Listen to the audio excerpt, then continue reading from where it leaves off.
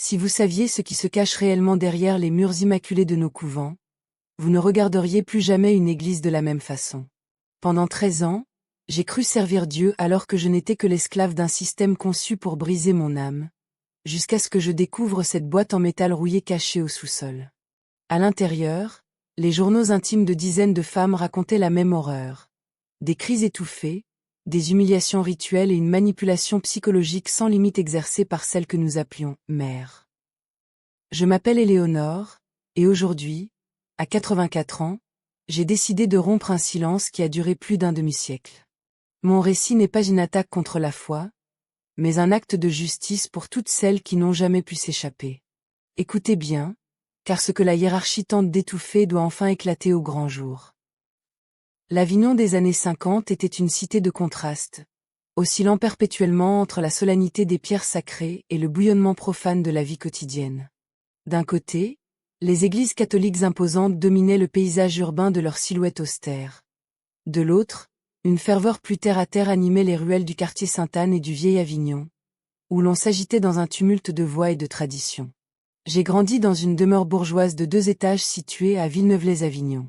C'était le royaume de mon père, Barthélemy, de ma mère, Marguerite, et de mes 5 frères et sœurs. Mon père était un commerçant estimé, spécialisé dans le négoce de textiles précieux. Sa boutique, située sur la prestigieuse rue de la République, était le rendez-vous de l'élite avignonnaise qui s'y pressait pour acquérir des soieries importées et du textile provençal de la plus haute qualité. Sans être opulents, nous jouissions d'un confort certain qui nous mettait à l'abri du besoin. Ma mère, quant à elle, était une femme d'une dévotion presque terrifiante. C'était elle qui se levait invariablement à l'aube, dès 5 heures, pour ne jamais manquer la messe de 6 heures. Elle égrenait son chapelet chaque après-midi, juste après le déjeuner, le regard perdu dans une piété que je trouvais alors admirable. Marguerite voyait le péché partout, tapi dans chaque recoin de l'existence. Son rêve le plus cher, son ambition ultime, était qu'au moins l'une de ses filles devienne une « épouse du Christ », selon son expression favorite. Et c'est sur moi, l'aînée des 3 filles, que son choix s'est porté. Dès mon plus jeune âge, j'ai été bercée par ce refrain maternel m'assurant que j'avais la vocation. Tandis que les autres fillettes s'égayaient dans la rue, je restais confinée dans ma chambre, m'appliquant à dresser de petits autels de fortune avec un drap blanc immaculé et une simple bougie. Je disposais avec soin des images pieuses que ma mère me confiait, cherchant dans le silence une paix que je croyais divine. Cependant, il faut que vous compreniez le contexte de cette époque. À cette période, une jeune fille de bonne famille qui ne trouvait pas de mari était perçue comme un rebut, une laissée-pour-compte de la société. Et moi, avec ma stature trop haute pour les standards du temps, ma silhouette maigre comme un jonc et ce visage d'une gravité qui tenait les soupirants à distance, je n'avais guère d'option. Dès mes 15 ans, ma mère commença à distiller avec méthode l'idée du couvent dans mon esprit. Elle me peignait un tableau idyllique. Là-bas, je connaîtrais le bonheur, je serais protégée des turpitudes du monde, je recevrais une éducation solide, une nourriture abondante, surtout, j'embrasserais un but sacré. À 16 ans, avec cette naïveté propre à la jeunesse, j'ai tout cru. C'est ainsi qu'en 1958, j'ai franchi le seuil du couvent de Notre-Dame de la Miséricorde en tant que postulante, ici même à Avignon. L'institution occupait une vaste bâtisse de l'époque coloniale sur le rocher des Dons. Les murs d'un blanc éclatant et les volets bleus étaient ceints d'une haute muraille qui dérobait au regard un jardin immense, luxuriant, où les oliviers centenaires et les platanes majestueux embaumaient l'atmosphère. Lorsque j'y suis entrée pour la première fois, j'ai sincèrement cru pénétrer dans un jardin d'Éden. Les sœurs, vêtues d'habits d'une blancheur impeccable, semblaient flotter dans les couloirs, s'exprimant d'une voix feutrée et se déplaçant avec une lenteur cérémonieuse. Un silence sacré régnait en maître, seulement troublé par le chant mélodieux des oiseaux et les psaumes qui résonnaient dans la chapelle 3 fois par jour. Je me sentais à ma place. Je me sentais élue, investie d'une grâce spéciale. Si vous trouvez mon histoire touchante et que vous souhaitez découvrir comment j'ai réussi à briser ces chaînes, n'oubliez pas de vous abonner à la chaîne pour ne manquer aucune suite. Les premiers mois furent semblables à un songe éveillé. Nous étions tirés du sommeil à 4h30 par le carillon de la tour. La première oraison se tenait à 5 heures précises, alors que l'obscurité de l'aube enveloppait encore le monde, la lueur vacillante des cierges projetant des ombres dansantes sur les parois de la chapelle. Suivait ensuite le petit déjeuner, du pain artisanal pétri par les sœurs aînées, du beurre frais, un café dont l'arôme emplissait la pièce et du lait tiède. Jamais, dans ma vie de jeune fille, je n'avais bénéficié d'une telle qualité de nourriture. Après ce repas, chacune rejoignait son affectation. Pour ma part, je fus assignée à la bibliothèque du couvent, un lieu qui me fascina dès l'instant où j'en franchis le seuil. Les rayonnages croulaient sous des centaines d'ouvrages anciens dont les pages jaunies semblaient prêtes à s'effriter sous mes doigts. On y trouvait des traités en latin, des classiques français, des œuvres italiennes. Il y avait des hagiographies, des sommes théologiques et quelques volumes de philosophie qui éveillaient en moi des réflexions totalement inédites. C'est dans cet antre du savoir que j'ai fait la connaissance de sœur Adélaïde, la bibliothécaire en chef. Elle avait alors une 50aine d'années. C'était une femme de petite taille, un peu ronde, dotée de yeux clairs d'une acuité troublante qui donnait l'impression qu'elle lisait à livre ouvert dans votre âme.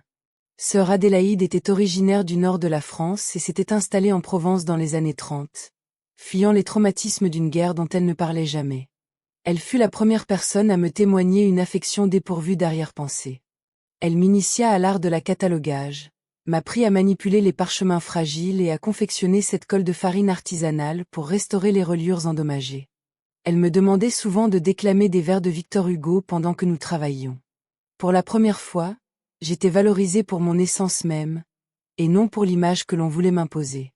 Pourtant, une atmosphère étrange imprégnait ce couvent. Il me fallut des mois pour la déceler, mais une fois le voile levé, mon sang s'est glacé dans mes veines. Les sœurs les plus anciennes, et tout particulièrement la supérieure, Mère Clotilde, exerçaient une emprise absolue sur nos existences. Ce contrôle ne se limitait pas aux emplois du temps ou aux corvées, il s'étendait à nos pensées, à nos émotions, à chacun de nos souffles. Mère Clotilde était une figure imposante, large d'épaules, dont la voix sépulcrale semblait émaner des tréfonds de la terre. Âgée d'une 60aine d'années, ses cheveux d'argent pointaient à peine sous sa coiffe. Ses yeux d'un marron sombre ne sciaient jamais lorsqu'elle vous fixait. Elle vous scrutait sans relâche, comme si elle mesurait la densité de votre âme, pesait chacun de vos péchés et répertoriait la moindre de vos failles. Les entretiens privés avec Mère Clotilde débutèrent après environ 8 mois de postulat. Chaque postulante devait se soumettre à ces rencontres hebdomadaires destinées, selon les mots de la mère, à évaluer notre progression spirituelle. En réalité, ce qui se jouait dans ce bureau était bien plus sombre. Elle posait des questions d'une intrusion insupportable sur notre passé, nos pensées les plus secrètes, l'intimité de nos rêves nocturnes. Elle exigeait de savoir si nous nourrissions des pensées impures, si nous éprouvions des inclinaisons proscrites ou si le doute effleurait notre vocation. Chaque confidence était méticuleusement consignée dans un épais registre noir, qu'elle enfermait à clé dans son bureau. Je ressortais invariablement de ces séances avec la sensation d'être souillée, même lorsque je n'avais rien à me reprocher. Il y avait dans son ton, dans sa manière de disséquer nos aveux, une façon de nous rendre coupables des pensées les plus anodines. Un jour, elle me demanda si la chaleur d'une étreinte me manquait. En toute franchise, j'admis que les embrassades de ma mère me manquaient parfois. Elle ferma les yeux, secoua lentement la tête et décréta que ce sentiment était une faiblesse de la chair. Elle m'enjoignit de mortifier ce désir par le jeûne et la pénitence. Cette semaine-là, je fus condamnée à 3 jours de pain sec et d'eau, à réciter 10 chapelets quotidiens et à dormir sur le carrelage glacial de ma cellule. Tout cela pour purifier une âme d'une prétendue faiblesse dont j'ignorais l'existence jusqu'alors. Avec le temps, d'autres détails perturbants commencèrent à faire surface. Les plus jeunes sœurs, surtout celles de moins de 30 ans, vivaient dans une tension permanente. Je lisais dans leurs regards la même terreur que celle qui commençait à m'habiter. Parfois, l'une d'elles disparaissait brusquement du réfectoire, des offices et des ateliers. À nos interrogations, les anciennes répondaient invariablement qu'elle effectuait une retraite spirituelle intensive. Mais les gémissements étouffés qui montaient du sous-sol durant la nuit racontaient une vérité bien différente. Il y avait parmi nous sœur Solange, de 2 ans ma cadette, entrée au couvent un mois après moi. C'était une jeune femme rayonnante, à la chevelure sombre et au teint hâlé, dont le sourire timide éclairait son visage. Elle était bien trop éprise de vie pour les critères de l'ordre. Elle fredonnait en lavant le linge, sifflotait en s'occupant du potager. Mère Clotilde ne pouvait tolérer cette joie. Un jour, Solange se volatilisa. 3 jours durant, Elle fut absente. Lorsqu'elle réapparut enfin, elle était méconnaissable. Son sourire s'était éteint, ses chants s'étaient tus. Elle marchait désormais les yeux rivés au sol, les épaules voûtées sous un fardeau invisible. J'ai tenté de l'aborder à plusieurs reprises, mais elle fuyait mon regard, murmurant d'une voix éteinte qu'elle allait bien, qu'elle avait simplement vécu une expérience spirituelle profonde, durant sa retraite. Mais j'avais vu, l'espace d'un instant, les marques rougeâtres autour de ses poignets, et je savais que la spiritualité n'avait rien à voir là-dedans. Je ne pouvais détacher mon regard de ses mains. Elle tremblait violemment pendant les oraisons, un frisson incontrôlable qui semblait secouer tout son être. Je voyais sœur Solange se recroqueviller, se faire minuscule dès que mère Clotilde passait près d'elle, comme un animal traqué pressentant le coup. Et puis, il y eut cet après-midi de chaleur suffocante, typique du climat d'Avignon en plein été. Près du lavabo du couloir, elle avait remonté ses manches pour s'asperger le visage. C'est là que je les ai vus. Des stigmates qui n'avaient rien de divin. Des marques profondes, d'un violet sombre et douloureux, en serrant ses poignets comme si elle avait été entravée avec une force brutale. Ce n'était pas le résultat d'une prière fervente, ni d'une pénitence librement consentie. C'était la trace de quelque chose de bien plus sinistre, un mal que je n'avais pas encore le courage de nommer. Dans ce climat de suspicion, la bibliothèque demeurait mon seul sanctuaire, mon unique bouffée d'oxygène. Sœur Adélaïde percevait mon angoisse croissante, ce voile de terreur qui s'épaississait sur mon visage, mais elle avait la sagesse de ne jamais poser de questions frontales. Elle utilisait le langage des livres. Parfois, en arrivant, je trouvais des ouvrages ouverts à des pages bien précises. Des récits sur des saints ayant défié l'autorité ecclésiastique, ou l'histoire de religieuses ayant fui des couvents oppressifs dans l'Europe médiévale. C'étaient des chroniques de femmes qui avaient osé penser par elles-mêmes, envers et contre tout. C'était sa façon de me murmurer que je n'étais pas folle, que mon inquiétude était légitime. Un jour, après s'être assurée d'un regard circulaire que nous étions absolument seuls dans le dédale des rayonnages, elle s'approcha de moi. Son souffle effleura mon oreille lorsqu'elle prononça cette phrase qui restera gravée en moi à jamais. Tout ce qui se drape de sacré ne porte pas Dieu en son sein, ma fille. Parfois, le diable lui-même arbore un crucifix autour du cou. Avant que je ne puisse esquisser la moindre réaction, elle s'était déjà remise au travail, son visage redevenu un masque de neutralité.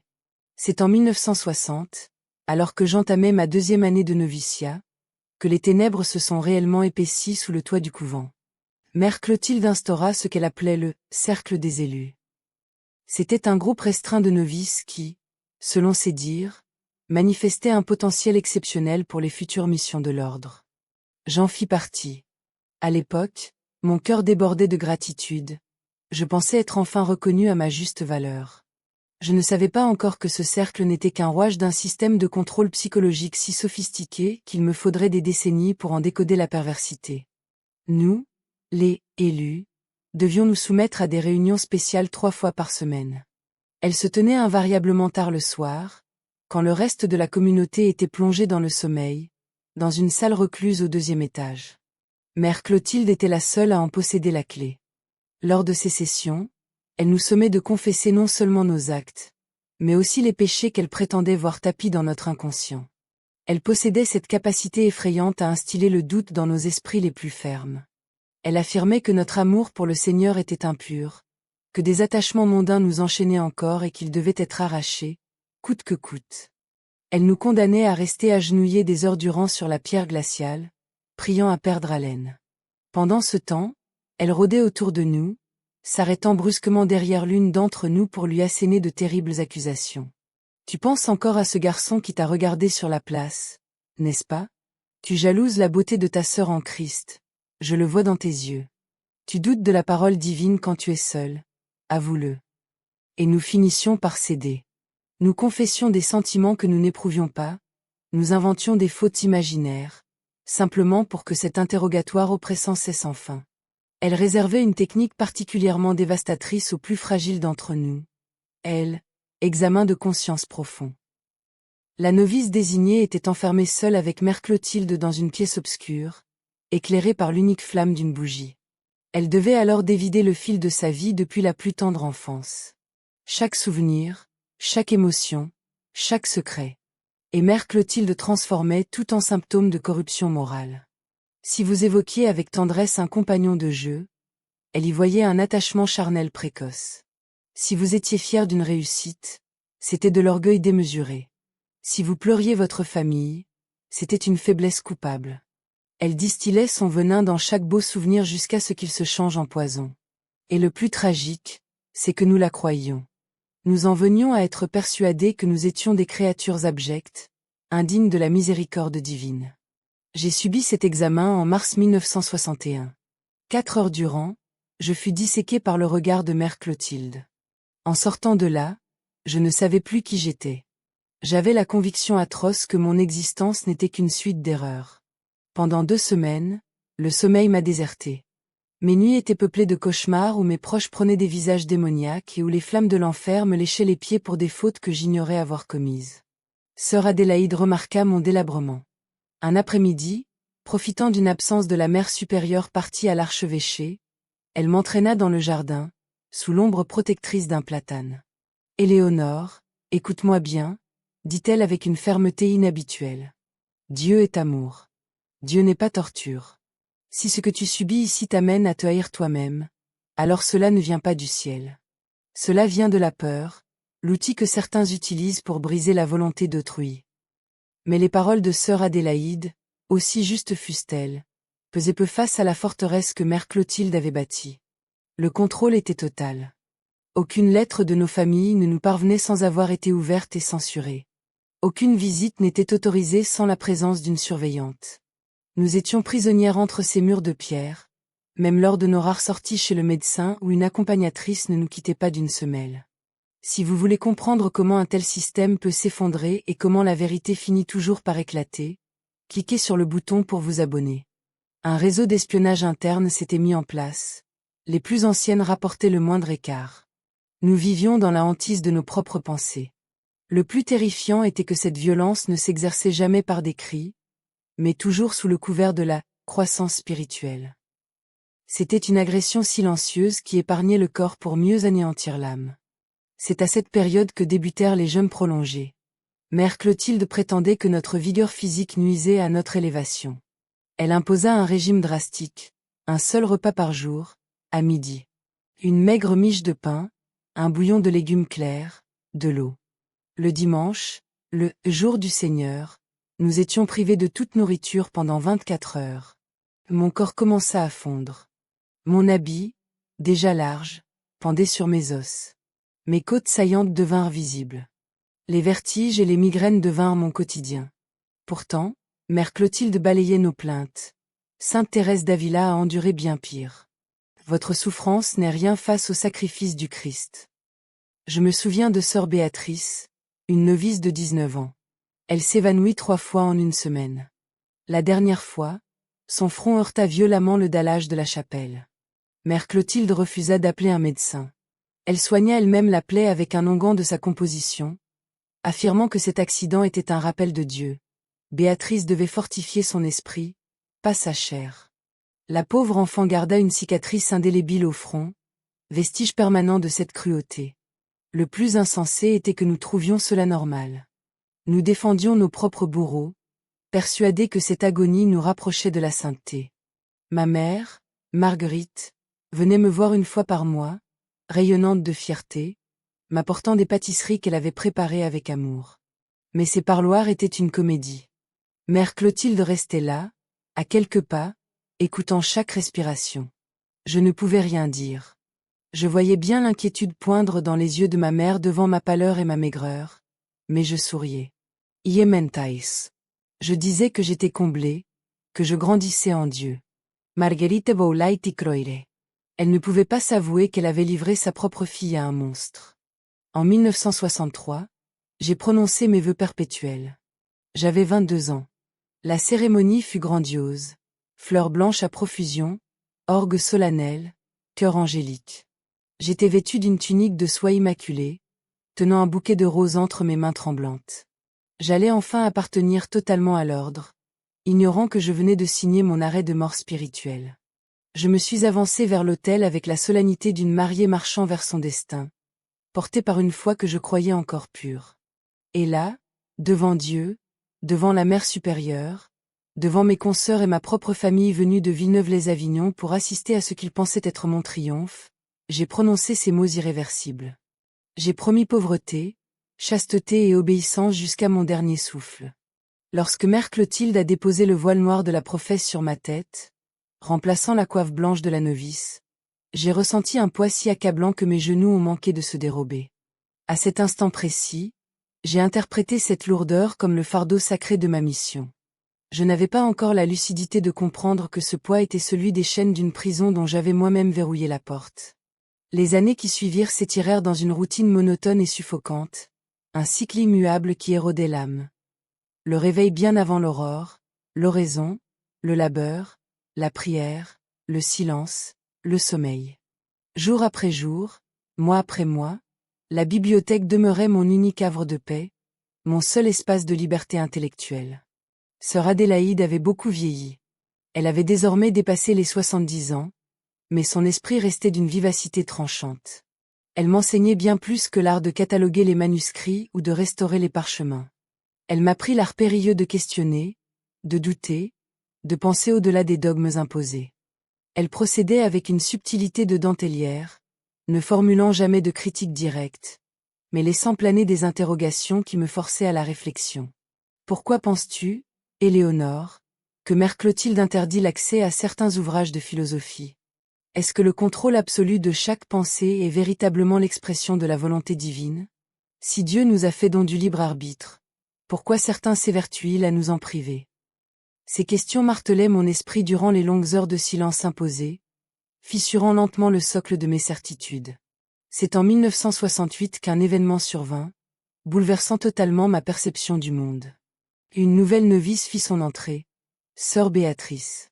Originaire de la haute société d'Avignon, elle avait étudié dans les meilleures institutions, parlait 3 langues avec fluidité et jouait du piano avec une grâce qui nous laissait sans voix.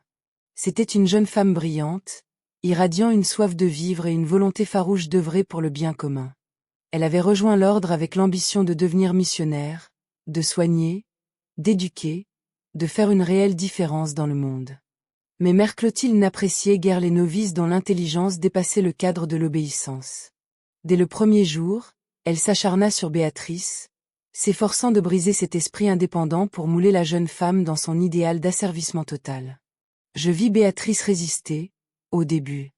Elle osait questionner les règles absurdes, demandait le sens caché derrière certaines interdictions, suggérait des réformes. Chaque velléité d'indépendance était sanctionnée par des jeûnes punitifs, des heures d'isolement et des prières de pénitence. Mère Clotilde l'intégra presque immédiatement au cercle des élus et commença à la soumettre à des examens de conscience profonds, 2 fois par semaine. Je vis la lumière s'éteindre dans le regard de cet enfant.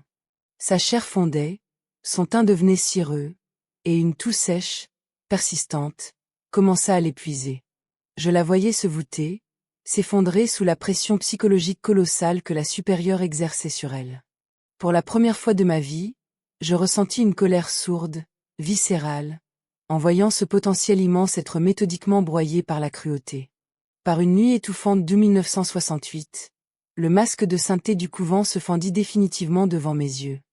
J'étais resté tard à la bibliothèque pour ranger des volumes reçus de l'archevêché quand des pas précipités firent résonner le couloir. C'était Béatrice. Elle courait, éperdue, en larmes, tentant d'ouvrir la porte principale qui restait toujours verrouillée la nuit. Elle était au bord du désespoir, tirant sur la poignée de fer, frappant le chêne massif de ses poings frêles, hurlant qu'elle ne pouvait plus supporter cette vie, qu'elle devait s'échapper. Derrière elle surgit mère Clotilde, flanquée de 2 sœurs aînées au visage de marbre. Si vous voulez découvrir comment cette oppression a fini par forger une maine de fer, n'hésitez pas à vous abonner pour suivre le récit de ma libération. Elles saisirent Béatrice avec une brutalité insoupçonnée, étouffant ses cris d'une main ferme avant de la traîner vers l'escalier menant au sous-sol. Je restai pétrifié, dissimulé derrière les rayonnages, le cœur battant à tout rompre. Les hurlements étouffés de Béatrice résonnèrent dans le couvent pendant des heures, déchirant le silence de la nuit. Puis, le vide. Le lendemain, sa place au réfectoire resta vide. Elle ne parut ni aux matines, ni au travail. Mère Clotilde annonça d'un ton glacial que notre sœur était entrée en retraite spirituelle intensive. Elle affirma que le malin avait tenté de posséder son âme, mais que par la grâce de la souffrance et de la pénitence, elle serait sauvée. Les anciennes acquiescèrent avec une dévotion feinte. Nous, les plus jeunes, nous gardions les yeux fixés sur nos assiettes vides, terrifiés à l'idée que nos visages ne trahissent l'horreur de nos pensées. Béatrice resta recluse au sous-sol pendant 2 semaines. Je le savais, car la nuit, le silence du cloître laissait monter ses sanglots. Des pleurs déchirants, désespérés, qui semblaient sourdre de la terre elle-même. Ces gémissements me glaçaient jusqu'aux os, me tirant de mon sommeil dans une sueur froide. Lorsqu'elle fut enfin libérée, Béatrice n'était plus qu'une ombre. Elle avait cessé de parler. Elle ne croisait plus aucun regard. Elle errait comme un spectre dans les couloirs, accomplissant ses tâches avec un automatisme effrayant. Son habit flottait sur son corps décharné. Ses cheveux tombaient par mèches, sa peau avait pris une teinte grisâtre, et elle avait développé un tic nerveux.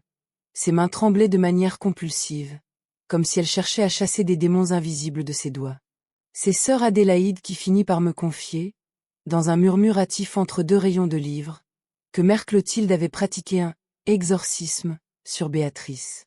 Elle l'avait soumise à des heures d'aspersion d'eau bénite, de prières violentes, l'obligeant à confesser des péchés imaginaires pour la convaincre de sa propre corruption. Ce fut l'instant de ma rupture intérieure. Je passais des semaines sans sommeil, repassant chaque année d'humiliation et d'injustice dont j'avais été le témoin. Je voyais enfin la réalité brute. Ce n'était pas de la foi, c'était de la tyrannie.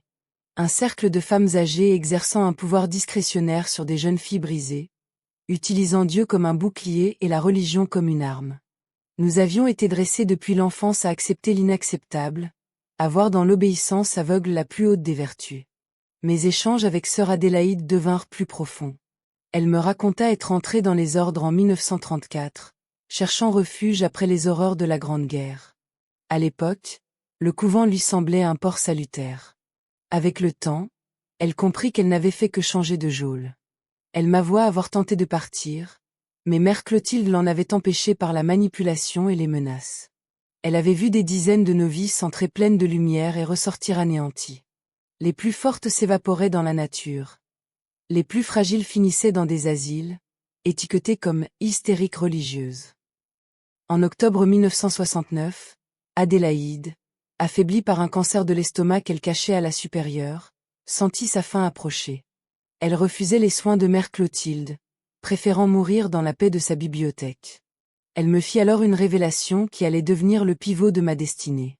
Éléonore, quand je ne serai plus là, cherche derrière le rayon des ouvrages en latin. Il s'y trouve une boîte métallique. Elle contient les journaux intimes des sœurs qui se sont succédés ici depuis 40 ans. Elles me les ont confiés en secret. C'est la vérité brute sur cet endroit. J'ai tout préservé pour que le silence ne gagne pas. Un jour, quelqu'un doit parler. Je crois que cette personne, c'est toi. Sœur Adélaïde s'éteignit 3 semaines plus tard, par un matin frais de novembre. Elle s'était simplement assise à sa table de travail, fermant les yeux pour ne plus les rouvrir. J'étais présente. J'ai vu la sérénité sur son visage, une dignité que le couvent n'avait jamais pu lui ôter. Mère Clotilde, fidèle à elle-même, transforma les funérailles en une mise en scène théâtrale de piété mensongère, ignorant que la mèche de la révolte venait d'être allumée. Mère Clotilde a versé des larmes qui auraient pu paraître sincères à quiconque ne connaissait pas la noirceur de son âme. Elle a prononcé des discours vibrants sur le dévouement sans faille de sœur Adélaïde, orchestrant 3 jours de prières spéciales pour le repos de celle qu'elle appelait sa chère compagne d'armes. Mais je n'étais pas dupe. Sous ce masque de deuil, je percevais le soulagement de la supérieure. Elle venait de se débarrasser de l'une des rares personnes capables de lui tenir tête, une femme qui détenait des secrets dont la simple révélation aurait réduit en cendres son image de sainte. J'ai attendu 2 longues semaines, m'efforçant d'être invisible, une ombre parmi les ombres. Puis, à l'heure incertaine de l'aube, alors que le couvent était encore plongé dans un sommeil de plomb, je suis descendue au sous-sol de la bibliothèque. J'ai trouvé la boîte exactement là où Adélaïde m'avait dit de chercher, dissimulée derrière les lourds volumes de patristique latine. C'était un coffret en métal rouillé, scellé par un vieux cadenas. La clé était fixée avec du ruban adhésif au fond d'un bocal en verre vide, sur l'étagère la plus haute. Mes mains tremblaient d'une anxiété mêlée de terreur lorsque j'ai enfin soulevé le couvercle. À l'intérieur reposaient des dizaines de cahiers de formats divers. Certains étaient neufs, d'autres si anciens que leurs pages jaunies menaçaient de tomber en poussière. Sur chaque couverture, un nom, une date, un destin brisé. Sir Benzuzzi, 1935–1938. Sir Enga, 1941–1943. Sir LCA, 1950. Une litanie de noms. Des dizaines de vies sacrifiées. Pendant les 3 mois qui suivirent, j'ai dévoré ces journaux dès que je pouvais m'isoler. Ce que j'y ai découvert a définitivement tué la jeune fille naïve que j'étais. J'ai lu des récits d'humiliation systématique, de jeunes forcés qui laissaient les sœurs si exsangues qu'elles s'effondraient pendant les offices. J'ai découvert la réalité des isolements prolongés dans les cellules du sous-sol, parfois pendant des semaines, sans aucune lumière naturelle et avec une pitance à peine digne d'un animal. J'ai lu le récit de manipulations psychologiques si perverses que plusieurs sœurs avaient sombré dans la démence. L'un des cahiers racontait la tentative de suicide d'une novice qui s'était entaillé les poignets avec un débris de verre, incapable de supporter davantage le poids de cette sainteté étouffante. Une autre avait réussi à franchir le mur d'enceinte au milieu de la nuit pour ne plus jamais réapparaître. Et puis, il y avait les descriptions des exorcismes de Mère Clotilde. Ce n'était rien d'autre que des séances de torture où elle persuadait ces femmes qu'elles étaient habitées par le démon, les forçant à chérir leur propre souffrance pour purifier leur âme. Chaque page tournée agissait comme un scalpel retirant le voile qui recouvrait mes yeux. Je voyais désormais avec une clarté glaciale que tout cela n'avait aucun rapport avec Dieu ou la spiritualité. C'était une architecture de pouvoir absolu. Un système conçu pour anéantir la volonté des jeunes femmes et les transformer en automates dénués de tout libre arbitre. Mère Clotilde n'était que le dernier maillon d'une chaîne de tyrannie. Les journaux révélaient que cette situation perdurait depuis des décennies. Chaque supérieur transmettait à la suivante ses méthodes de contrôle, les perfectionnant parfois. C'était une succession de femmes avides de domination qui utilisaient la structure de l'Église, la foi sincère des novices et l'isolement du cloître pour exercer un pouvoir qu'elles n'auraient jamais pu obtenir dans le monde séculier. C'est à ce moment précis que j'ai pris la décision la plus grave de mon existence. Je devais partir. Mais je ne pouvais pas me contenter de m'éclipser en silence. Je me devais d'agir pour que d'autres ne tombent pas dans ce piège. Si vous voulez savoir comment j'ai transformé cette fuite en un acte de justice, cliquez sur le bouton pour vous abonner à la chaîne. Le problème était qu'en ce début d'année 1970, je n'avais nulle part où aller. Mon père, Barthélemy, s'était éteint 3 ans plus tôt, emporté par une crise cardiaque. Ma mère, Marguerite, affaiblie par la maladie, vivait désormais chez mon frère à Villeneuve-les-Avignon. Mes frères et sœurs menaient leur propre vie, certains ayant quitté la Provence. J'avais 32 ans. Je ne possédais aucune expérience du monde extérieur, aucun métier, sinon celui de bibliothécaire dans une institution dont le certificat ne vaudrait rien ailleurs. J'avais prononcé mes vœux perpétuels 7 ans auparavant. Partir signifiait rompre un serment sacré devant l'autel. L'institution ne me laisserait pas partir sans combattre, et Mère Clotilde ferait tout pour m'en empêcher. J'ai planifié mon évasion avec la précision d'un horloger. D'abord, l'argent. Je ne possédais pas un centime. J'ai commencé à détourner de menues sommes sur les achats de fournitures pour la bibliothèque. Quelques francs ici, quelques-uns là, prétextant des erreurs de rendu de monnaie auprès des marchands de la place. En 6 mois, j'ai réussi à accumuler environ 100 francs, que j'ai dissimulés dans la reliure évidée d'un épais traité de théologie que personne n'ouvrait jamais. Ensuite, il me fallait un refuge. Grâce à des lettres rédigées clandestinement, j'ai pu contacter Colette, une cousine éloignée qui résidait à Nice. J'ai exposé ma situation avec prudence, évoquant une crise de vocation insurmontable. Femme de cœur, elle m'offrit immédiatement l'hospitalité. Le plan était risqué. Je devais profiter d'une sortie autorisée pour ne jamais revenir. Mais les sœurs professes ne sortaient jamais seules. Sauf exception. En mars 1971, l'opportunité se présenta. Notre fournisseur habituel de papier, une vieille dame de confiance, tomba malade et demanda que l'on vienne récupérer une commande urgente à son domicile. Mère Clotilde, dans un rare élan de confiance, m'autorisa à m'y rendre seule, jugeant que j'étais la seule capable d'évaluer la qualité du matériel de restauration. Mon cœur manquait d'exploser ce matin-là. J'ai récupéré mon pécule, j'ai glissé les journaux les plus compromettants sous mon habit, et j'ai franchi la porte du couvent à 9 heures, par un mardi ordinaire. Je n'oublierai jamais cette sensation. Marcher dans les rues d'Avignon en sachant que je ne reverrai plus jamais ces murs. C'était une terreur pure, mêlée à une liberté si violente qu'elle me donnait le vertige. Chaque pas m'éloignait des chaînes qui m'entravaient depuis 13 ans. Je suis allé chercher le matériel comme convenu pour ne pas éveiller les soupçons, payant avec les fonds de l'ordre. Puis, au lieu de faire demi-tour, j'ai marché d'un pas rapide vers la gare routière. J'ai acheté un billet pour Nice. Le bus ne partait qu'à 14 heures. J'ai dû attendre 5 heures. 5 heures d'une angoisse indescriptible, scrutant chaque silhouette, persuadée que Mère Clotilde allait apparaître pour me ramener de force. Je me suis terré dans un petit café près de la gare, dans le coin le plus sombre, tremblant si fort que j'ai renversé mon café. Quand je suis enfin monté dans ce bus et que les roues ont commencé à dévorer le bitume, laissant Avignon derrière moi, j'ai craqué. J'ai pleuré comme je n'avais pas pleuré depuis l'enfance. J'ai pleuré ces 13 années volées, les humiliations, la faim, la peur constante. J'ai pleuré pour Béatrice qui n'avait pas eu ma chance, pour Solange qui avait perdu son sourire. J'ai pleuré pour toutes ces femmes dont les cris s'étaient éteints dans une boîte en métal. Le trajet vers Nice a duré plus de 5 heures, ralenti par les embouteillages denses de la Côte d'Azur en cette saison, mais cela me parut une éternité salvatrice. Chaque kilomètre était une barrière de plus entre moi et cet enfer pavé de bonnes intentions. Colette m'a accueilli avec une tendresse qui a déclenché une nouvelle salve de larmes. Elle m'a vu arriver, maigre, livide, les yeux creusés par les nuits sans sommeil et les mains agitées de tremblements. Elle n'a posé aucune question. Elle m'a simplement serré dans ses bras, m'a nourri et m'a installé dans un lit au drap frais. J'ai dormi 16 heures d'affilée. Au réveil, j'ai cru un instant entendre la cloche de 4h30, mais le silence était différent. J'étais libre. Dans les jours qui suivirent, Colette m'a aidé à mettre des mots sur mon traumatisme. J'ai tout déballé. Chaque détail, chaque injustice.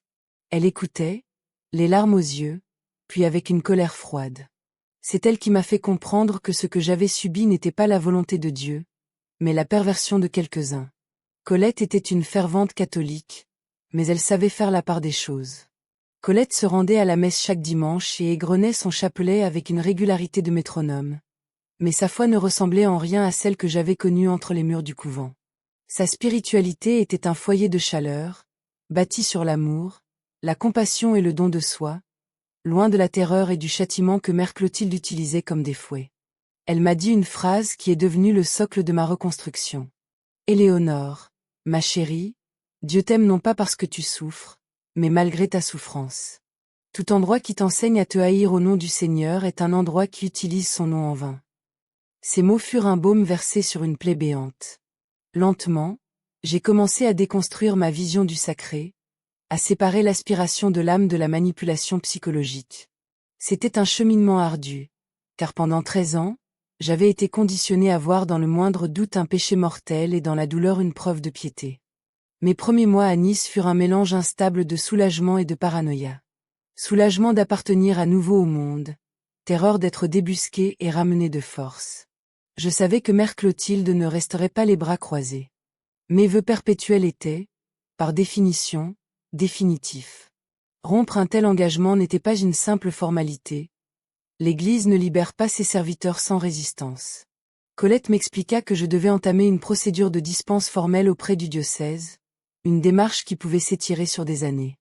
Mais cela impliquait d'affronter des entretiens avec des prêtres, des supérieurs, et peut-être même une confrontation directe avec Mère Clotilde. Cette seule perspective me paralysait de peur. J'ai donc vécu dans un entre-deux inconfortable. Techniquement, j'étais une religieuse en rupture de ban, vulnérable et sans statut.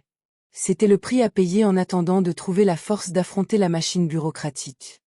Il me fallait aussi travailler. Je ne pouvais pas abuser indéfiniment de l'hospitalité de Colette. Le constat fut brutal. À 32 ans, je ne possédais aucune compétence exploitable dans la vie civile. Je savais cataloguer des incunables, je maîtrisais le latin, je parlais le français avec une certaine élégance littéraire et je savais prier en cette langue différente. Mais je ne savais pas cuisiner pour une famille, je ne savais pas coudre et je n'avais aucune notion de commerce. Je n'avais même pas mon certificat d'études. J'ai commencé par faire des ménages chez des voisines pour quelques francs. C'était une tâche humble, épuisante. Mais chaque pièce que je recevais pour mon propre labeur était une victoire. Cet argent était la preuve tangible que je pouvais survivre par moi-même. En gagnant ma vie, je réalisais l'ampleur du vol dont j'avais été victime. On m'avait dérobé ma jeunesse, de 20 à 32 ans. Je n'avais jamais connu l'insouciance d'un flirt, la chaleur d'un baiser ou l'ivresse d'une danse. Je n'avais jamais choisi la couleur d'une robe, la forme d'une coiffure ou le menu d'un repas. Si vous voulez savoir comment j'ai réussi à regagner chaque année perdue et à faire face à mon passé, abonnez-vous pour ne pas manquer la fin de mon récit. En juin 1971, le père Étienne, un prêtre de la paroisse locale contacté par Colette, vint me voir. C'était un homme d'une quarantaine d'années, aux lunettes épaisses et à la voix d'une douceur infinie. Il m'écouta durant 3 heures sans m'interrompre, sans me juger, sans tenter de me ramener vers mon ancienne prison. À la fin, il posa son regard sur moi. Éléonore, car vous n'êtes plus obligée de porter ce titre de sœur si votre cœur le refuse. Je suis convaincu que Dieu vous a libéré de cet endroit. On confond trop souvent prison et vocation. Vous aviez une flamme réelle étant jeune, mais ce couvent l'a pervertie pour en faire un outil de domination. Partir n'était pas un abandon de Dieu, c'était un acte de survie. Il devint mon ancre dans la tempête administrative. Le processus fut aussi long et pesant que je le craignais. J'ai dû rédiger des lettres formelles, subir des interrogatoires avec des émissaires de l'archevêché qui cherchaient à savoir si mon désir de liberté n'était qu'une simple crise passagère. À mon immense soulagement, Mère Clotilde ne fit pas le voyage. Ils envoyèrent une religieuse plus âgée d'un autre ordre qui consigna mes réponses avec une froideur mécanique et un mépris mal dissimulé. Pour elle, j'étais une déserteuse, une traîtresse à son serment. Pendant une année entière, j'ai vécu dans la hantise d'un retour forcé ou d'un refus du Vatican. Mais en avril 1972, le document officiel arriva enfin. J'étais dispensée de mes vœux. Je n'étais plus enchaînée à Notre-Dame de la Miséricorde. J'étais libre. J'ai pleuré sur ce papier jusqu'à en effacer l'encre. Père Étienne me dit alors avec un sourire. Maintenant, Éléonore, votre vraie vie peut commencer.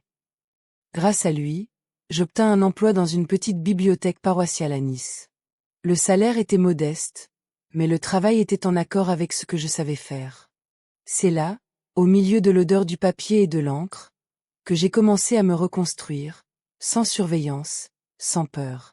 C'est aussi là que j'ai rencontré Gabriel. Veuf depuis 3 ans, il avait perdu sa femme et son nouveau-né lors d'un accouchement tragique. Il était menuisier et travaillait le bois avec une patience infinie. Gabriel fréquentait la bibliothèque par amour de la lecture, une rareté à l'époque. Nous avons commencé à échanger sur nos lectures, puis sur nos deuils respectifs. Il ne me jugea jamais.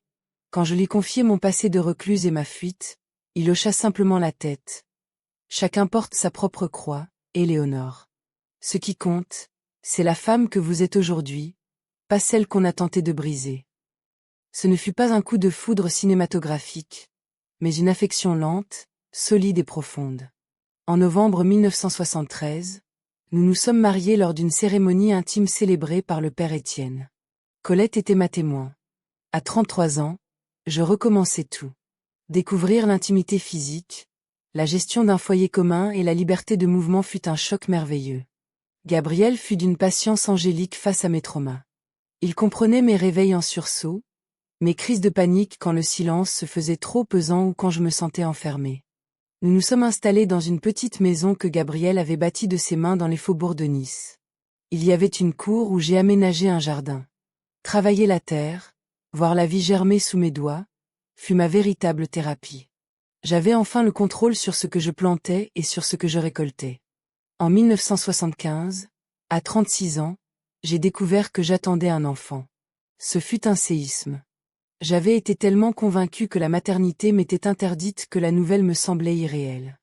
Gabriel rayonnait, Colette pleurait de joie, mais moi, j'étais terrifiée. J'avais peur de ne pas savoir aimer, peur de reproduire les schémas d'oppression que j'avais subis, peur d'échouer là où tant de figures d'autorité avaient failli avec moi.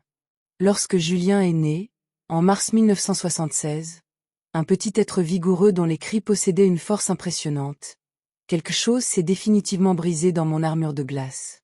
Pour la première fois depuis ma fuite du couvent, j'ai ressenti une mission limpide, une vocation nouvelle, et cette fois-ci, véritable. Élever ce garçon dans l'amour, la liberté et le respect absolu de son être. Je voulais lui offrir tout ce qui m'avait été arraché. Les années suivantes ont vu ma maison s'agrandir et se remplir de vie. Cécile est née en 1978, suivie de Marc en 1981. Mon foyer était devenu un tumulte de bruit, de désordre joyeux et de tendresse spontanée. C'était l'antithèse parfaite de l'ordre rigide, silencieux et suffocant du couvent.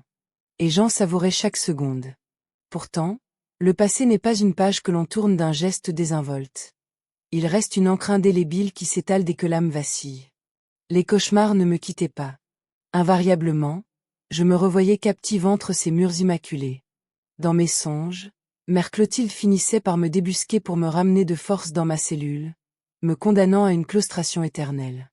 Je me réveillais trempé de sueur, le cœur battant la chamade, ayant besoin de sentir la présence solide de Gabriel à mes côtés pour m'assurer que ma liberté n'était pas un simple mirage.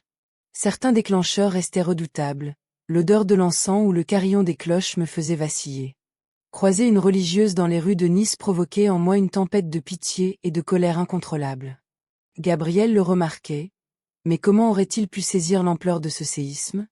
Seules celles qui ont traversé ce brasier peuvent en comprendre les brûlures. Ma chère Colette, celle qui fut ma bouée de sauvetage et ma mère de substitution, nous a quittés en 1982. Ce fut une perte dévastatrice. Elle représentait la bonté désintéressée dans un monde qui ne m'avait montré que cruauté sous cap. Nous l'avons enterrée sous une pluie fine, et j'ai pleuré non seulement son absence, mais tout ce qu'elle incarnait. Si vous voulez découvrir comment la vérité finit par triompher des secrets les plus sombres, cliquez sur le bouton rouge pour vous abonner à la chaîne. Les années 80 furent marquées par une stabilité sereine. J'élevais mes enfants tout en poursuivant mon travail à la bibliothèque paroissiale. Gabriel voyait son entreprise de menuiserie prospérer. Il avait embauché 2 assistants et notre confort s'était amélioré. Nous avons fini par acquérir une maison plus spacieuse dans un quartier plus paisible. Julien, mon aîné, révélait une intelligence analytique brillante et s'orientait vers les sciences. Cécile, elle, était une artiste née, toujours un pinceau à la main. Quant à Marc, le cadet, c'était une boule d'énergie, un garçon vif qui, malgré ses frasques, possédait un cœur d'or. J'essayais d'être la mère que je n'avais jamais eue, présente, aimante, mais capable de fermeté sans jamais utiliser la culpabilité ou la manipulation pour les asservir. Je n'ai jamais levé la main sur eux. Je voulais qu'ils grandissent comme des individus capables de douter, de questionner et de s'opposer.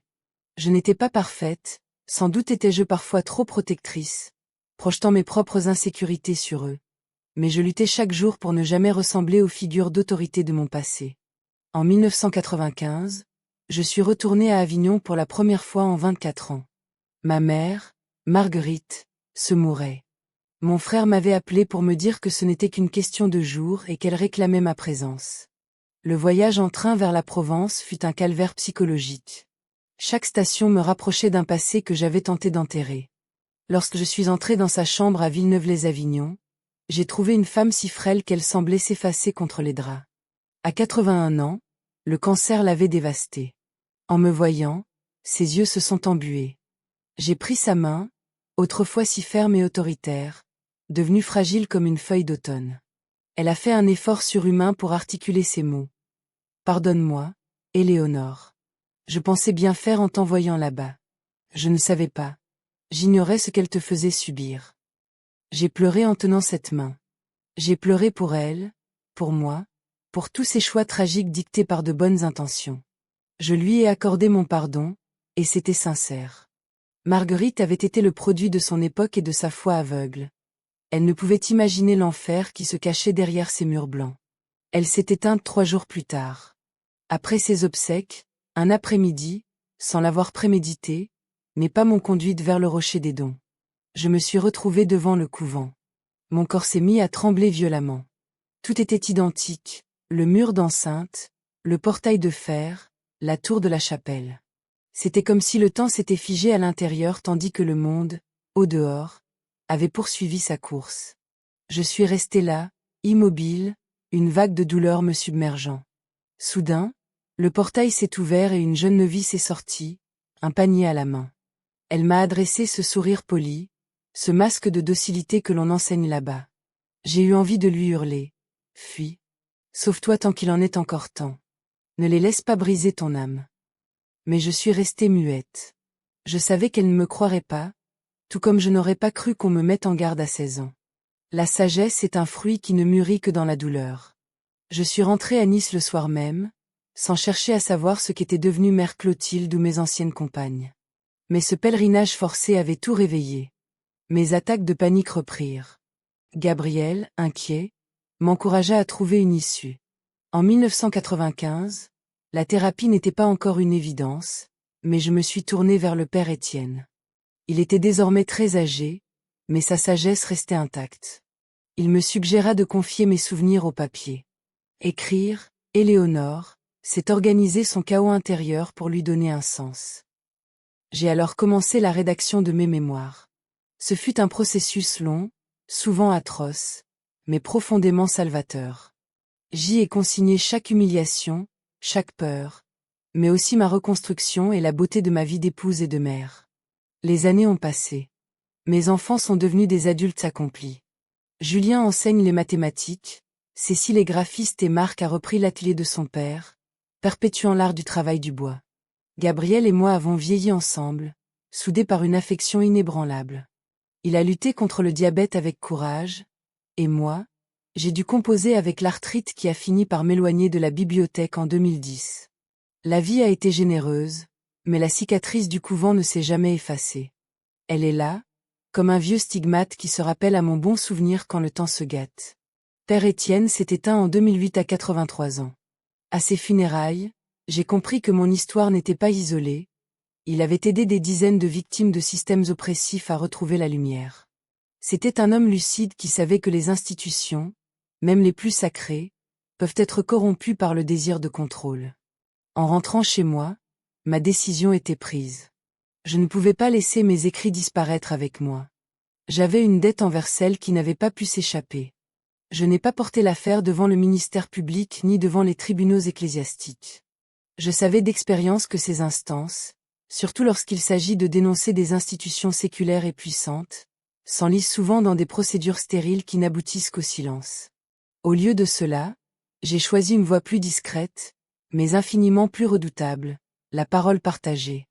J'ai commencé par rompre le secret dans de petits cercles d'amis à Nice, auprès de femmes de ma génération qui portaient, elles aussi, leurs propres cicatrices d'oppression. Puis, j'ai étendu ce récit au groupe de mères, aux rencontres du troisième âge, à des cercles de conversation informels. Chaque fois que je parlais, je percevais une résonance profonde. Ces femmes ne s'identifiaient pas nécessairement au couvent, mais elles connaissaient l'emprise, la manipulation psychologique et le brisement de la volonté au nom d'un prétendu bien supérieur. Beaucoup se mettaient à livrer leur propre calvaire vécu au sein d'un mariage toxique, d'une famille étouffante ou d'une communauté religieuse dévoyée. C'est lors d'une de ces rencontres, en 2015, que j'ai fait la connaissance de Mava Kala. Elle avait 70 ans et avait été religieuse dans le même établissement que moi, mais durant les années 70. Lorsque nos regards se sont croisés et que la vérité a éclaté, ses yeux se sont emplis d'une terreur ancienne. Nous avons discuté durant des heures. Ces récits étaient le miroir fidèle des miens. Mère Clotilde avait perpétué ces méthodes barbares durant des décennies. Mava Kala était restée 15 ans dans cet enfer. Elle en était sortie psychologiquement anéantie. Il lui avait fallu une vie entière pour se reconstruire, seule, sans mari ni enfant, travaillant comme cuisinière pour survivre. Nous sommes devenus amis, liés par ce traumatisme commun. Ensemble, nous avons découvert que d'autres victimes vivaient encore dans la région, éparpillées mais portant les mêmes stigmates. Nous n'avons pas créé de mouvement officiel, mais nous avons tissé un réseau de soutien invisible. C'est par ce canal que j'ai appris, en 1996, la mort de Mère Clotilde. Elle s'était éteinte à 96 ans, supérieure de l'ordre jusqu'à son dernier souffle, modelant des générations de femmes à son image de glace. Mava Kala s'attendait à ce que je ressente un soulagement immense, voire une joie sombre. Mais je n'ai éprouvé qu'un grand vide. Sa disparition ne changeait rien à la structure. Mère Clotilde n'était qu'un symptôme d'un système de pouvoir absolu et de hiérarchie rigide qui, même avec quelques réformes de façade, continuait d'écraser les plus vulnérables. Les symptômes se remplacent, mais la racine reste. Je suis allée à ses obsèques par une curiosité que certains jugeront morbide. Le couvent était comble. La communauté la célébrait comme une sainte. J'ai entendu des éloges sur sa fermeté exemplaire et sa dévotion inébranlable. Personne n'évoquait les vies qu'elle avait méthodiquement broyées. Mon cher Gabriel nous a quittés en 2021. Son cœur s'est simplement lassé de battre. Ce fut rapide, et j'en remercie le ciel. Perdre Gabriel, c'était perdre mon porc, mon compagnon de près de 50 ans. Il avait été mon salut, tout comme Colette. Il m'avait prouvé que l'amour peut être une protection et non un joug. Le veuvage fut une épreuve de solitude immense. Ma maison me semblait soudain trop vaste, trop silencieuse. Mes enfants et petits-enfants venaient m'entourer, mais l'absence était là. C'est durant cette période de deuil que je suis revenue à mes manuscrits. J'ai révisé, structuré et poli chaque chapitre de mon histoire. Ce n'était plus une simple thérapie, c'était devenu un acte de justice. Mon récit n'était pas une attaque contre des individus, mais le témoignage à charge contre un système qui utilise la foi comme un instrument de contrôle. Aujourd'hui, en 2025, du haut de mes 84 ans, je contemple le chemin parcouru. 13 années d'horreur au couvent, certes, mais 54 ans de liberté conquise. J'ai fondé une famille, mené une carrière digne et connu l'amour véritable. Le couvent ne m'a pas défini, il a tenté de me briser, mais il a échoué. Je suis ressorti de cette épreuve fissurée, marquée de cicatrices permanentes, mais je suis resté debout. Et c'est là ma plus grande victoire sur Mère Clotilde. Je fréquente encore l'église, mais ma foi est désormais lucide et exigeante. Je n'accepte plus l'autorité aveugle. Je ne confonds plus obéissance et vertu. Je sais que Dieu n'exige pas la souffrance. Cette foi mature, capable de douter et de s'opposer, est infiniment plus solide que la naïveté de la jeune fille de 16 ans qui pensait entrer au paradis en franchissant ce portail de fer. Le couvent est toujours là, sur le rocher des Dons, avec ses murs blancs et ses fenêtres bleues. Pour les passants, c'est un lieu de paix et de silence. Ils ignorent ce qui se joue derrière l'épaisseur de ces pierres. Peut-être les temps ont-ils changé, je veux l'espérer. Mais je sais aussi que les hiérarchies rigides ne s'effacent pas aisément. C'est pour cela que j'ai décidé de parler aujourd'hui. Ce n'est pas de la vengeance, c'est de l'ordre. La vengeance n'apporte pas la paix, seule la vérité le peut. Je raconte car le silence est le meilleur allié de l'oppresseur. Je raconte pour que les jeunes femmes sachent que si elles ressentent un malaise, c'est que le mal est réel. Tout lieu sacré n'est pas forcément sûr. Survivre ne suffit pas. Il faut vivre pleinement, construire du sens et refuser que toute institution soit au-dessus de la critique. Dieu est peut-être parfait, mais les institutions humaines qui prétendent le représenter sont pétries de failles. Soif de pouvoir, besoin de contrôle et peur de la différence. Questionner ces structures n'est pas un manque de foi, c'est une preuve de maturité spirituelle. Si je pouvais murmurer à l'oreille de la jeune fille de 16 ans que j'étais, je ne lui dirais peut-être pas de fuir, car ce parcours a fait de moi la femme que je suis. Mais je lui dirais de s'écouter. Je lui dirais que lorsque son âme hurle, ce n'est pas une épreuve divine, c'est une alerte contre la torture. Je lui dirais que la désobéissance face à une autorité injuste est le plus sacré des devoirs. Aujourd'hui, je vis seule dans ma maison de Nice. Mes enfants m'invitent à les rejoindre, craignant que mon âge ne m'isole. Mais je refuse. J'ai besoin de cette indépendance chèrement acquise. J'ai passé trop d'années à voir chaque mouvement contrôlé, chaque décision confisquée. Désormais, je choisis mon menu, mes lectures et l'emploi de mes journées. Cette autonomie est ma richesse. Je soigne mon jardin, je lis les ouvrages qui me plaisent, je reçois mes petits-enfants et je me rends à l'église parce que je le décide, et non par contrainte. C'est une vie simple, dépouillée des artifices du sacré dévoyé. C'est ma vie, enfin. Au terme de ce long voyage, je réalise que ma liberté possède une valeur qu'aucune richesse matérielle ne saurait égaler. Pourtant, l'ombre du passé s'invite encore parfois dans mon sommeil. Il m'arrive de me réveiller en sursaut au milieu de la nuit, avec la certitude atroce d'être de retour dans ce cubicule glacé. Je crois entendre le carillon de 4h30, je sens ce nœud de terreur me tordre l'estomac à l'idée de l'entretien hebdomadaire avec Mère Clotilde. Mais la réalité reprend ses droits. J'ouvre les yeux sur ma chambre, j'observe ces rideaux fleuris que j'ai choisis avec soin, je sens la douceur de mes oreillers, et je respire enfin, libérée d'un poids immense. Ce n'était qu'un résidu de songe. Tout cela est terminé depuis 54 ans. Je suis libre, et je le resterai jusqu'à mon dernier souffle. Personne ne pourra plus jamais m'emprisonner. Cette certitude, même lorsqu'elle surgit au cœur d'un cauchemar, est aussi douce que le miel. Mavakala, ma compagne d'infortune qui avait traversé les mêmes épreuves, s'est éteinte l'année dernière à l'âge de 91 ans. J'ai assisté à sa veillée funèbre, j'ai serré les mains de ses enfants et partagé nos souvenirs communs. Elle aussi avait réussi l'exploit de bâtir une existence lumineuse après les ténèbres du couvent. C'est une survivante de plus qui achève son voyage.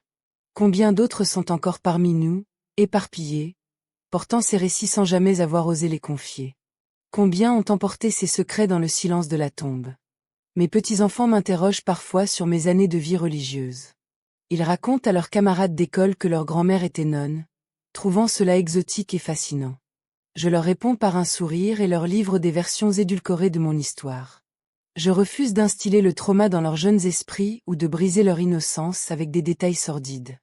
Mais lorsqu'ils auront acquis la maturité nécessaire, j'ai l'intention de leur révéler toute la vérité, et plus particulièrement à mes petites filles. Je veux qu'elles comprennent que l'autorité doit toujours être questionnée. Je veux qu'elles sachent qu'aucun lieu n'est trop sacré pour échapper à l'examen de la conscience, et que leur propre jugement sur le bien et le mal prévaut sur l'opinion de n'importe quelle figure de pouvoir. Je veux qu'elles grandissent fortes, lucides, maîtresses d'elles-mêmes. Qu'elles ne permettent jamais à quiconque de briser leur volonté, de confisquer leurs pensées ou de les faire douter de leur propre santé mentale. Ce sont des leçons que j'ai payées au prix fort, mais que je peux leur transmettre aujourd'hui comme un bouclier. Si ce récit vous aide à y voir plus clair dans votre propre vie, n'hésitez pas à vous abonner pour que d'autres vérités éclatent. La bibliothèque paroissiale de Nice, où j'ai œuvré durant tant d'années, a fermé ses portes en 2015 faute de moyens. Cette nouvelle m'a attristé. Cet endroit avait été mon sanctuaire lors de mon arrivée. C'est là que j'avais renoué avec mon amour des livres, mais cette fois sans la chape de plomb du contrôle. Je me souviens de l'odeur du vieux papier, de la caresse du soleil filtrant à travers les boiseries, et de ce silence apaisé, si différent du silence oppressif du couvent. L'un était un silence de paix, l'autre un silence de peur. La nuance semble subtile, mais elle est fondamentale. C'est la différence entre l'obéissance par choix et la soumission par manipulation. S'il est une chose que je souhaite que l'on retienne de mon parcours, c'est celle-ci. Les institutions ne sont pas bonnes ou mauvaises par essence, quel que soit le sacré dont elles se drapent. Qu'il s'agisse d'une église, d'un couvent ou d'une famille, toute structure hiérarchique peut dériver vers l'oppression si la transparence et le respect de la dignité individuelle font défaut. Le couvent de mon enfance se revendiquait comme un lieu de sainteté. En pratique, c'était un laboratoire de contrôle psychologique. Et ce fléau n'est pas l'apanage des ordres religieux. Il peut sévir partout où des êtres vulnérables sont isolés et soumis à une autorité absolue. Le schéma est immuable. Isolement, contrôle de l'information, culpabilisation, punition de la pensée critique et récompense de l'obéissance aveugle.